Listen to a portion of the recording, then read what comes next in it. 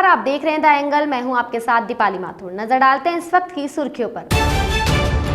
प्रदेश प्रभारी अजय माकन ने petrol diesel कीमतों को लेकर केंद्र सरकार पर साधा निशाना। वहीं राजस्थान को लेकर बोले, आला कमान तय करेगा मंत्रिमंडल विस्तार की तारीख।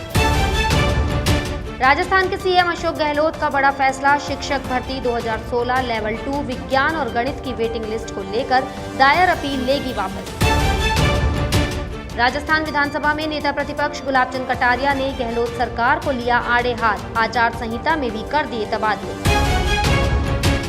राजस्थान भाजपा में अंदरूनी राजनीति हुई तेज, सतीश पूनिया के बयान पर रोहित दासगुप्ता शर्मा ने किया पलटवार।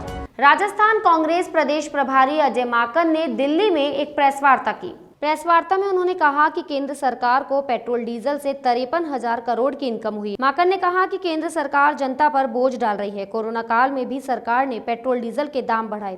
पेट्रोल डीजल को जीएसटी के दायरे में लाना चाहिए। ऑयल ब्रांड को लेकर भी उन्होंने केंद्र सरकार पर जमकर निशाना साधा। राजस्थान के मुद्दे पर बोलते हुए उन्होंने कहा कि हम सीएम गहलोत और पायलट के संपर्क में हैं।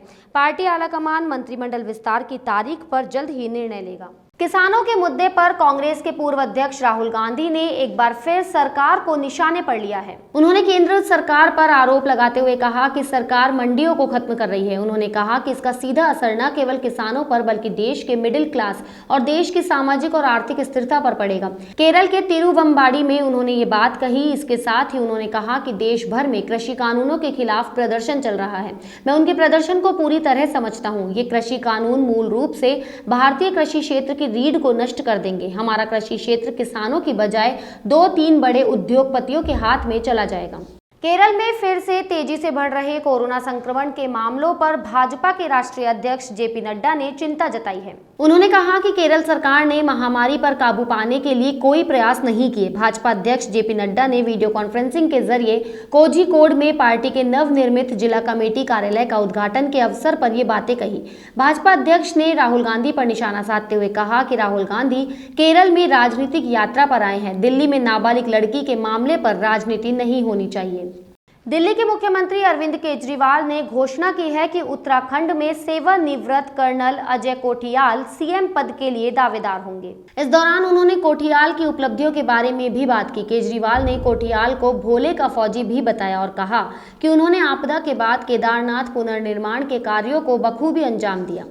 सुप्रीम कोर्ट ने पेगासस मामले में अदालत की निगरानी में स्वतंत्र जांच के लिए जनहित याचिकाओं को लेकर केंद्र सरकार को नोटिस जारी किया है। वहीं केंद्र सरकार का बार बार ये कहना था कि सुरक्षा उद्देश्यों के लिए फोन को इंटरसेप्ट करने के लिए किस सॉफ्टवेयर का इस्तेमाल किया गया, इसका सार्वजनिक तौर पर खुलासा नहीं किया जा सकता। भारत के प्रधान न्यायाधीश NV रमन्ना की अध्यक्षता वाली 3 सदस्यीय पीठ ने कहा कि वह मामले के सभी पहलुओं को देखने के लिए विशेषज्ञों की समिति बनाने के केंद्र के प्रस्ताव की जाँच करेगी। शीर्ष अदालत ने केंद्र सरकार को 10 दिनों में याचिकाओं पर जवाब देने के लिए कहा है। शीर्ष अदालत अब 2 सप्ताह बाद इस मामले पर सुनवाई करेगी। सोशल मीडिया कंपनी फेसबुक ने तालिबान के खिलाफ बड़ा एक्शन लिया है। फेसबुक ने कहा कि अमेरिकी कानून के तहत तालिबान एक आतंकवादी संगठन है। ऐसे में उसे फेसबुक की सेवाओं से वंचित करने का फैसला लिया गया है। इसके अलावा तालिबान के सभी अकाउंट डिलीट किए जाएंगे। साथ ही तालिबान के समर्थन में पोस्ट करने वाले सभी अकाउंट पर बैन लगाया जाएगा। फेसबुक के एक प्रवक्ता ने कहा कि कंपनी के पास दरी और पाश्तो भाषा के जानकारों की पूरी टीम है जो कि स्थानीय कंटेंट पर नजर रख रही है और हमें सूचित कर रही है। राजस्थान सरकार ने प्रदेश के बेरोजगार युवाओं के लिए ऐतिहासिक निर्णय लिया है। मुख्यमंत्री अशोक गहलोत ने ट्वीट कर ये जानकारी दी। उन्होंने लिखा कि राजस्थान सरकार ने प्रदेश के बेरोजगारों के लिए ऐतिहासिक निर्णय लेते हुए शिक्षक भर्ती 2016 लेवल 2 विज्ञान और गणित विषय की वेटिंग लिस्ट के संबंध में राजस्थान उच्च न्यायालय जयपुर में दायर अपील को विड्रॉ करने का निर्णय लिया है।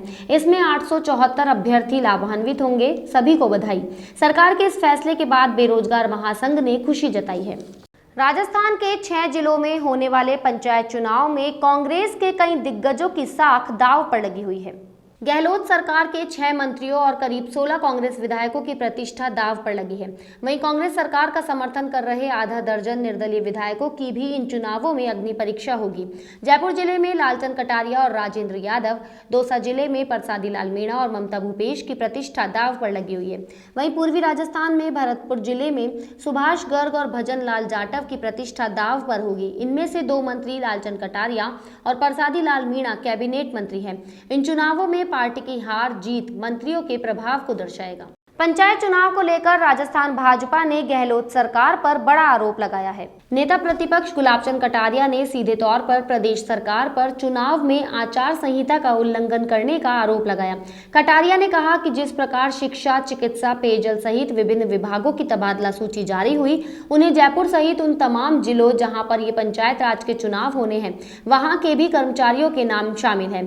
कटारिया के अनुसार भले ही इसका क्रियान्वयन 4 सितंबर के बाद हो, लेकिन सरकार की मंशा प्रशासनिक ढांचे को पंगु बनाने की है, जिस पर निर्वाचन विभाग को सख्त कार्रवाई करनी चाहिए।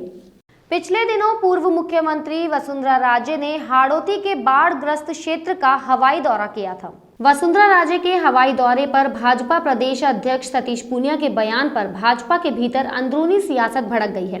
भाजपा के बाहर चल रहे पूर्व मंत्री रोहिताश्व शर्मा ने पूनिया के बयान को अनुशासनहीनता के दायरे में बताते हुए पार्टी अध्यक्ष से कार्रवाई की मांग की है।